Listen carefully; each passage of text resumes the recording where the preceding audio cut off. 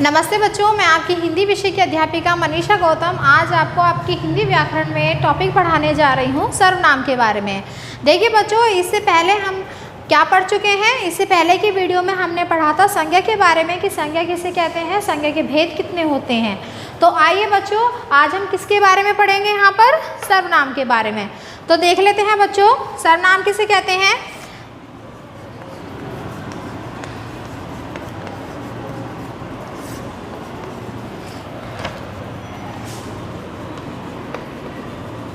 संज्ञा के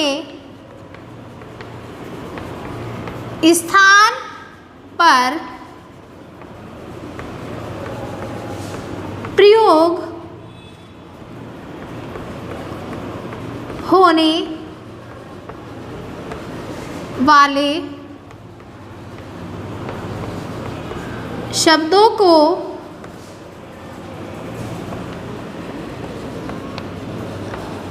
सर्वनाम कहते हैं। तो संज्ञा के स्थान पर प्रयोग होने वाले शब्दों को क्या कहते हैं, सर्वनाम कहते हैं।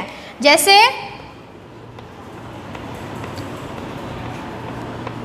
मैं, तुम, वह आदि। तो बच्चों, सर्वनाम किसे कहते हैं, संज्ञा के स्थान पर प्रयोग किए जाने वाले शब्द सर्वनाम कहलाते हैं। जैसे मैं, तुम, वह आदि। तो देखिए बच्चों, एक उदाहरण से समझ लेते हैं। जैसे राम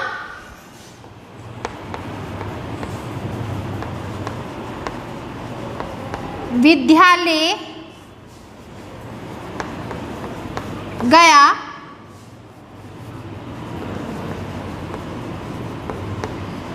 विद्यालय से आकर राम ने खाना खाया और खाना खाकर राम सोने के लिए चला गया। तो यह आपने देखा बच्चों कि बार बार किसी नाम की पुनरावृत्ति हो रही है। जैसे राम विद्यालय गया, विद्यालय से आकर राम ने खाना खाया और खाना खाकर राम सोने के लिए चला गया। तो देखिए बच्चों, यहाँ पर पुनरावृत्ति किसके लिए हो रही है, बार बार राम नाम की पुनरावृत्ति इन वाक्यों में हो रही है। तो अब बार बार राम ना लिखकर हम इसके, राम क्या है, राम एक संज्ञा है और संज्ञा के स्थान पर हम क्या कर देंगे, सर्वनाम शब्दों को लिख देंगे।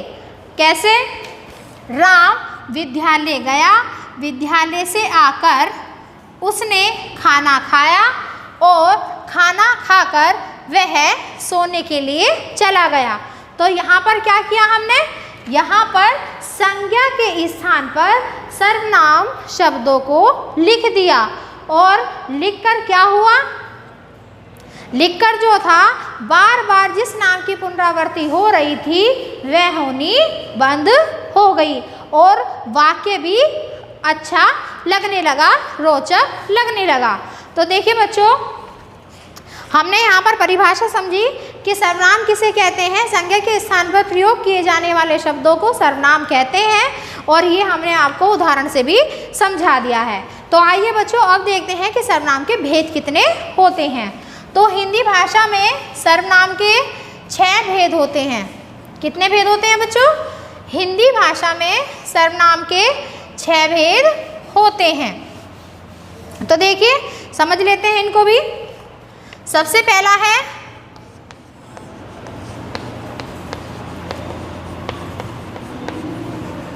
पुरुषवाचक सर्वनाम। दूसरा है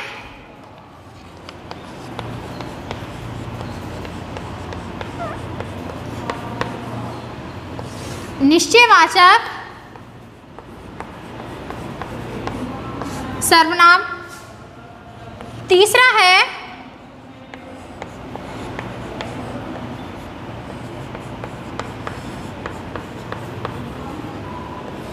अनिश्चयवाचक सर्वनाम। चौथा है हमारा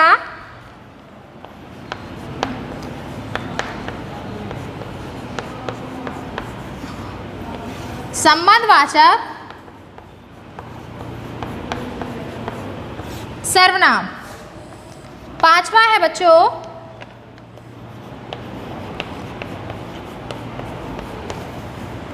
प्रश्नवाचक सर्वनाम। और छठा है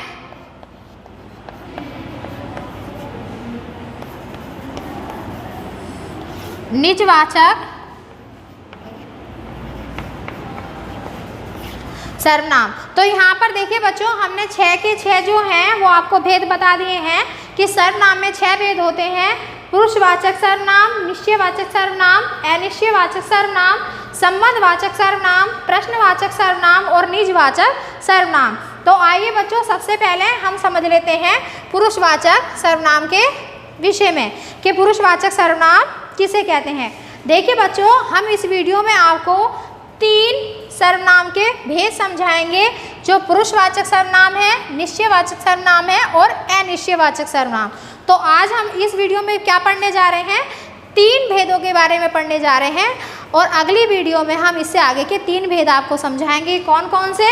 संबंधवाचक सर्वनाम, प्रश्नवाचक सर्वनाम और निजवाचक सर्वनाम। तो आइए बच्चों, सबसे पहले समझ लेते हैं हम कि पुरुषवाचक सर्वनाम किसे कहते हैं।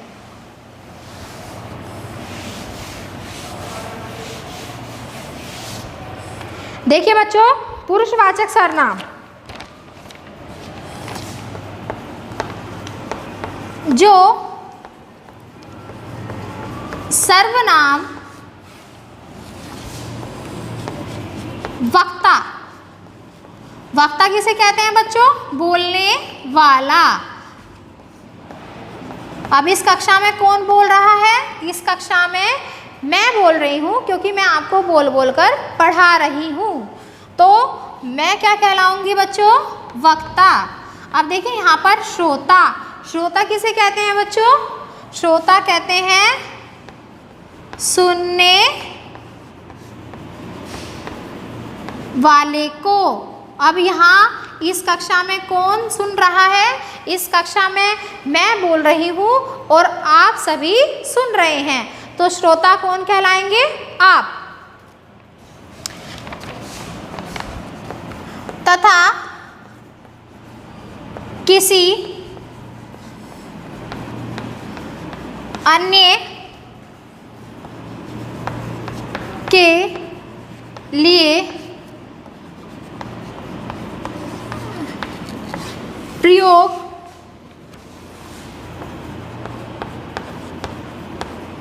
होता है उसे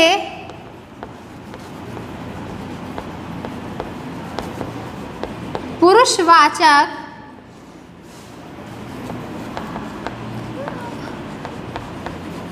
सर्वनाम कहते हैं। तो देखिए बच्चों, पुरुषवाचक सर्वनाम किसे कहते हैं? जो सर्वनाम वक्ता बोलने वाला, श्रोता सुनने वाला तथा अन्य किसी के लिए प्रयोग किया जाता है, उसे पुरुषवाचक सर्वनाम कहते हैं। जैसे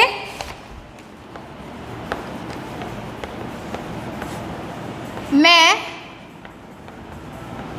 तुम, वह आदि। तो देखिए बच्चों, यहाँ से ही स्पष्ट हो गया है। मैं यानी कि वक्ता जो बोल रहा है, तुम यानी कि श्रोता जो सुन रहा है, वह यानी कि किसी अन्य व्यक्ति के लिए जब बात कही जा रही है कि वह व्यक्ति, तो यहाँ पर मैं यानी कि वक्ता के लिए, तुम श्रोता के लिए, तथा वह अन्य के लिए जो शब्द प्रयुक्त होते हैं उन्हें पुरुषवाचक सर्वनाम कहते हैं। तो आइए बच्चों, अब आपको समझाते हैं पुरुषवाचक सर्वनाम के भेद। तो पुरुषवाचक सर्वनाम के कितने भेद होते हैं बच्चों? पुरुषवाचक सर्वनाम के 3 भेद होते हैं। कौन कौन से? उत्तम, मध्यम, अन्य पुरुष। तो समझ लेते हैं सबसे पहले बच्चों उत्तम पुरुष के बारे में।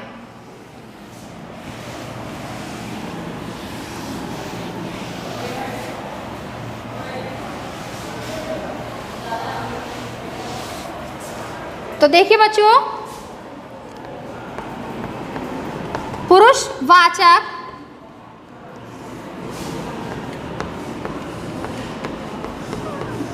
सर्वनाम के 3 भेद होते हैं। कितने भेद होते हैं? 3 भेद होते हैं। कौन कौन से देख लेते हैं। सबसे पहले है बच्चों उत्तम पुरुष।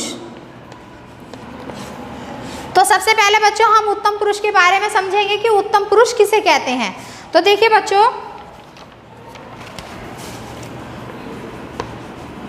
वक्ता या लेखक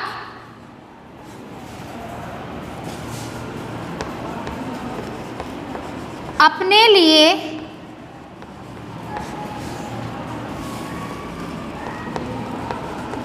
उत्तम पुरुष का प्रयोग करते हैं। देखिए बच्चों, यहाँ पर उत्तम पुरुष के बारे में हमने आपको बताया है कि वक्ता या लेखक अपने लिए उत्तम पुरुष का प्रयोग करते हैं। कैसे करते हैं अब ये भी देख लेते हैं। देखिए, जैसे मैं पढ़ा रही हूँ, मैं पढ़ा रही हूँ। तो यहाँ पर मैंने लिखा है एक वाक्य कि मैं पढ़ा रही हूँ। किसको पढ़ा रही हूँ? आपको पढ़ा रही हूँ, ठीक है। तो मैं यहाँ पर किसके लिए आया? वक्ता के लिए आया, बोलने वाले के लिए आया, क्योंकि इस कक्षा में कौन बोल रहा है? मैं बोल रही हूँ। तो मैंने अपने बारे में क्या लिखा है कि मैं पढ़ा रही हूँ। तो ये जो मैं शब्द है ये उत्तम पुरुष के लिए प्रयोग किया गया है। उत्तम पुरुष कौन है? मैं। सेकंड उदाहरण है बच्चों, देखिए, हम लिख रहे हैं। तो हम लिख रहे हैं, यहाँ पर कौन लिख रहा है? यहाँ पर मैं लिख रही हूँ। और मैंने अपने आप के लिए कौन से शब्द का प्रयोग किया है? हम के लिए, ठीक है। तो यह हम जो शब्द है वह क्या है? वह उत्तम पुरुष के लिए प्रयोग किया जाता है। जैसे कि आपने यहाँ पर इसकी परिभाषा देखी कि वक्ता या लेखक के लिए। तो इस कक्षा में वक्ता कौन है? इस कक्षा में वक्ता भी मैं हूँ। लेखक कौन है? लिखकर कौन समझा रहा है? मैं समझा रही हूँ। बोलकर कौन समझा रहा है? मैं आपको समझा रही हूँ। तो यहाँ पर वक्ता भी मैं हूँ और लेखक भी मैं हूँ। तो यहाँ पर मैंने आपको 2 उदाहरण से समझाया है कि मैं पढ़ा रही हूँ। तो मैं पढ़ा रही हूँ यानी कि वक्ता अपने बारे में बात कर रहा है। हम लिख रहे हैं यानी कि लेखक अपने बारे में बात कर रहा है कि मैं पढ़ा रही हूँ या मैं लिख रही हूँ। ठीक है बच्चों, यह आपको अच्छे से समझ में आ गया होगा। अब हम देख लेते हैं किसके बारे में? मध्यम पुरुष के बारे में कि मध्यम पुरुष किसे कहते हैं। देखिए बच्चों, दूसरा भेद है इसका मध्यम पुरुष। मध्यम पुरुष, तो मध्यम पुरुष किसे कहते हैं?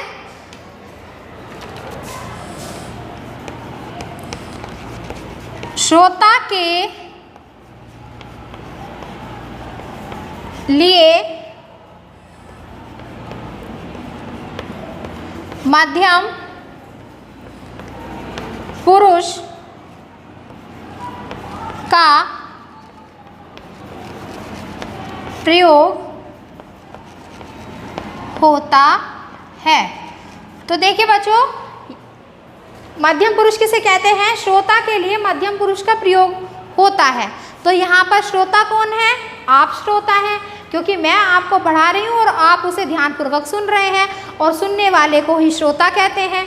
और देखिए बच्चों, श्रोता के लिए मध्यम पुरुष का प्रयोग होता है। कैसे होता है अब आपको समझा रहे हैं। देखिए बच्चों, तुम जाओ।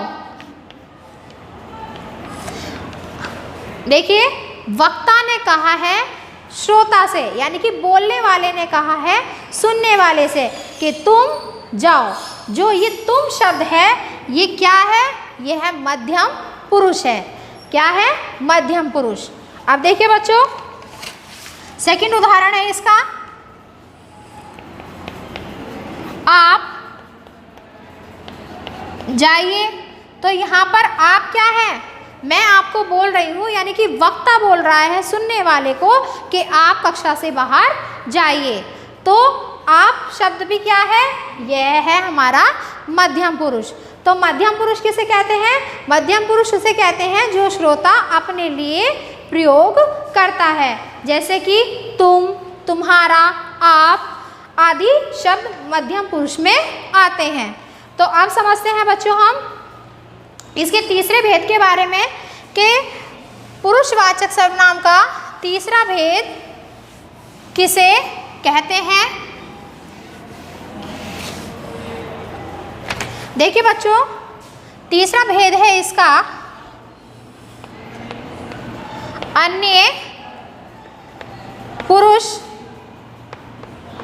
वाचक सर्वनाम।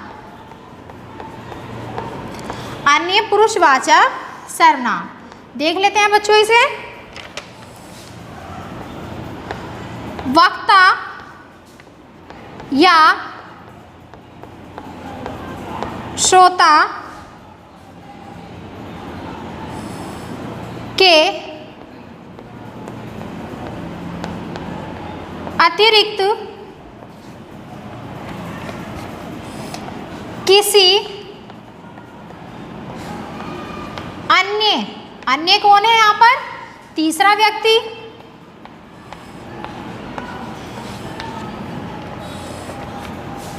तीसरे के लिए अन्य पुरुष का प्रयोग होता है। तो देखिए बच्चों, अन्य पुरुष किसे कहते हैं? अन्य पुरुषवाचक सर्वनाम वक्ता या श्रोता के अतिरिक्त किसी अन्य तीसरे के लिए अन्य पुरुष का प्रयोग होता है। यानी कि जो शब्द उत्तम पुरुष के लिए प्रयोग ना होते हो, मध्यम पुरुष के लिए प्रयोग ना होते हो, किसी तीसरे के लिए प्रयोग होते हो, उसे अन्य पुरुषवाचक सर्वनाम कहते हैं। अब देखिए बच्चों, उदाहरण से समझ लेते हैं। जैसे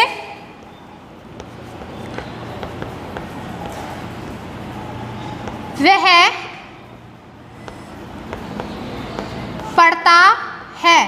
तो यहाँ पर बात बच्चों ना तो उत्तम पुरुष की आ रही है ना मध्यम पुरुष की आ रही है। यहाँ पर बात किसकी आ रही है? यहाँ पर बात आ रही है किसी अन्य व्यक्ति की। देखिए, यहाँ पर ना बोलने वाले की बात कही जा रही है ना सुनने वाले की बात कही जा रही है। यहाँ पर बात हो रही है किसी तीसरे पर्सन की, यानी कि किसी अन्य व्यक्ति की, कि वह पढ़ता है। ठीक है बच्चों, अगर बात आती उत्तम पुरुष की तो ये वाक्य होता कि मैं पढ़ रही हूँ। बात आती मध्यम पुरुष की तो होती कि तुम पढ़ रहे हो। और यहाँ पर ना बात उत्तम पुरुष की आ रही है ना मध्यम पुरुष की आ रही है, यहाँ पर किसी अन्य पुरुष की आ रही है। तो वाक्य बनेगा कि वह पढ़ता है। अब देखिए बच्चों, सेकंड उदाहरण है इसका। वे पढ़ते हैं। अब यहाँ भी ना मेरी बात हो रही है ना आपकी बात हो रही है। यहाँ पर किसकी बात हो रही है? यहाँ पर किसी अन्य व्यक्ति की बात हो रही है कि वे पढ़ते हैं। अब देखिए बच्चों, यहाँ पर जो पुरुषवाचक सर्वनाम के 3 भेद थे वो हमने आपको समझा दिए हैं। सबसे पहले हमने आपको समझाया था किसके बारे में, उत्तम पुरुष के बारे में कि उत्तम पुरुष किसे कहते हैं। सेकंड हमने समझाया था आपको मध्यम पुरुष के बारे में कि मध्यम पुरुष किसे कहते हैं। और तीसरे नंबर पे हमने आपको समझाया है अन्य पुरुष के बारे में कि अन्य पुरुष किसे कहते हैं। तो चलिए बच्चों आगे बढ़ते हुए देखते हैं किसके बारे में, आगे देख लेते हैं हम सर्वनाम का दूसरा भेद जिसे कहते हैं निश्चयवाचक सर्वनाम। तो सर्वनाम का दूसरा भेद क्या होता है बच्चों, निश्चयवाचक सर्वनाम। देखिए बच्चों,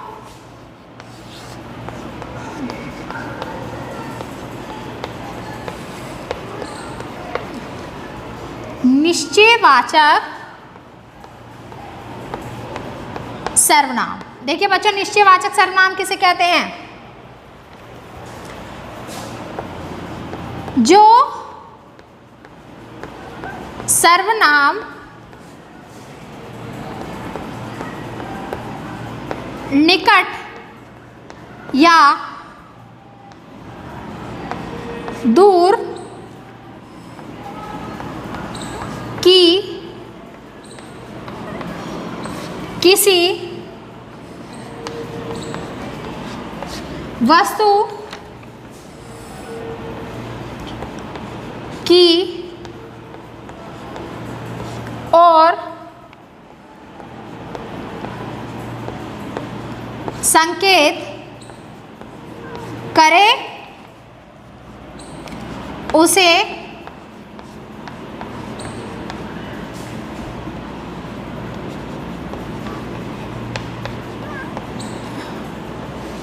निश्चयवाचक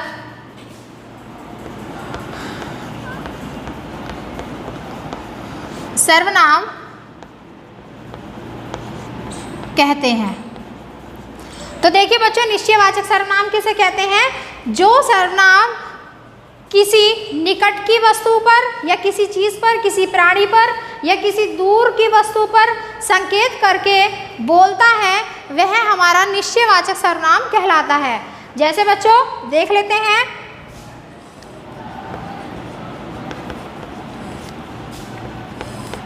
यह एक लड़की है। तो यहाँ पर निकट की बात भी कही गई है और दूर की बात भी कही गई है। तो यहाँ पर मान लेते हैं कि हमारे पास कोई लड़की है, वह खड़ी है, तो हम उसे कैसे संकेत करेंगे कि यह एक लड़की है। अब देखिए, अगर कोई व्यक्ति दूर है तो दूर के बारे में हम उसे क्या कहेंगे,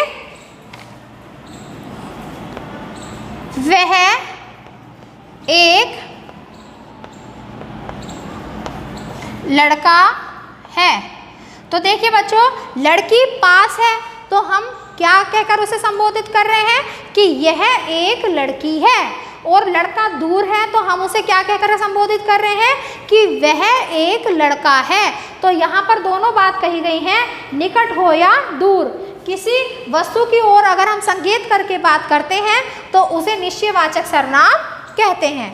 तो देखिए बच्चों, निश्चयवाचक सर्वनाम आपकी समझ में अच्छे से आ गया होगा। तो आगे चलते हैं, आगे अब है हमारा तीसरा भेद जिसे कहते हैं अनिश्चयवाचक सर्वनाम।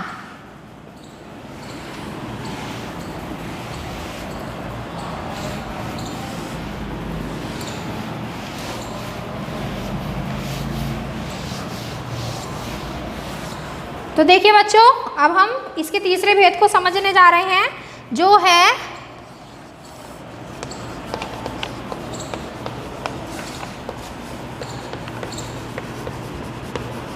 अनिश्चयवाचक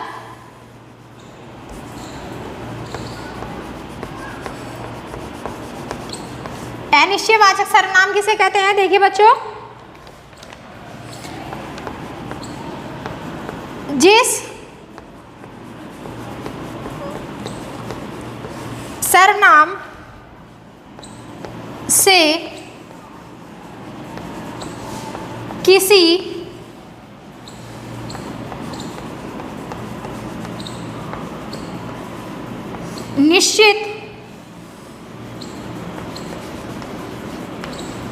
व्यक्ति या पदार्थ का बोध नहीं होता,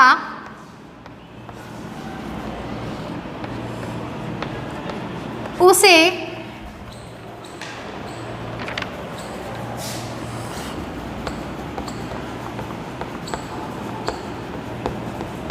अनिश्चयवाचक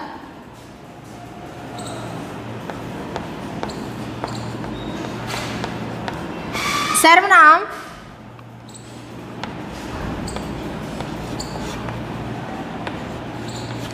देखिए, अनिश्चयवाचक सर्वनाम किसे कहते हैं बच्चों कि जिस सर्वनाम से किसी निश्चित व्यक्ति या पदार्थ का बोध नहीं होता उसे अनिश्चितवाचक सर्वनाम कहते हैं। जैसे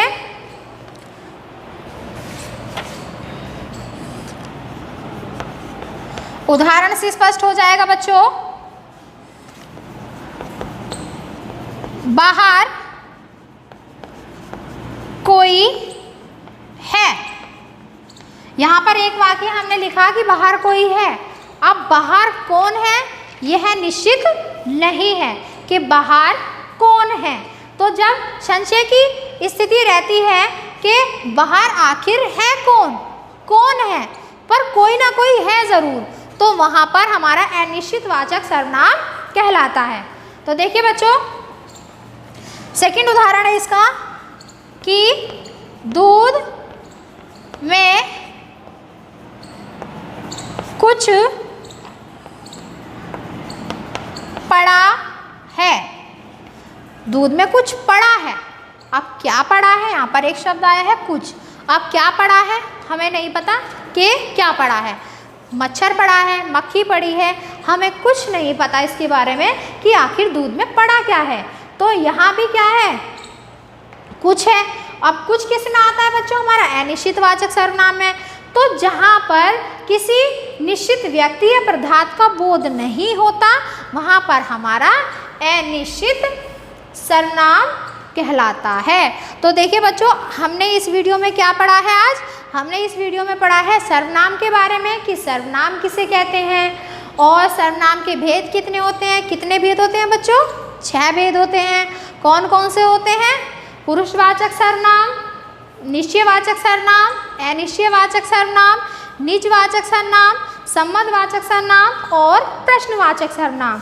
तो हमने बच्चों आपको पुरुषवाचक सर्वनाम के बारे में भी बताया है कि पुरुषवाचक सर्वनाम के कितने भेद होते हैं, 3 भेद होते हैं। कौन कौन से, उत्तम, मध्यम और अन्य।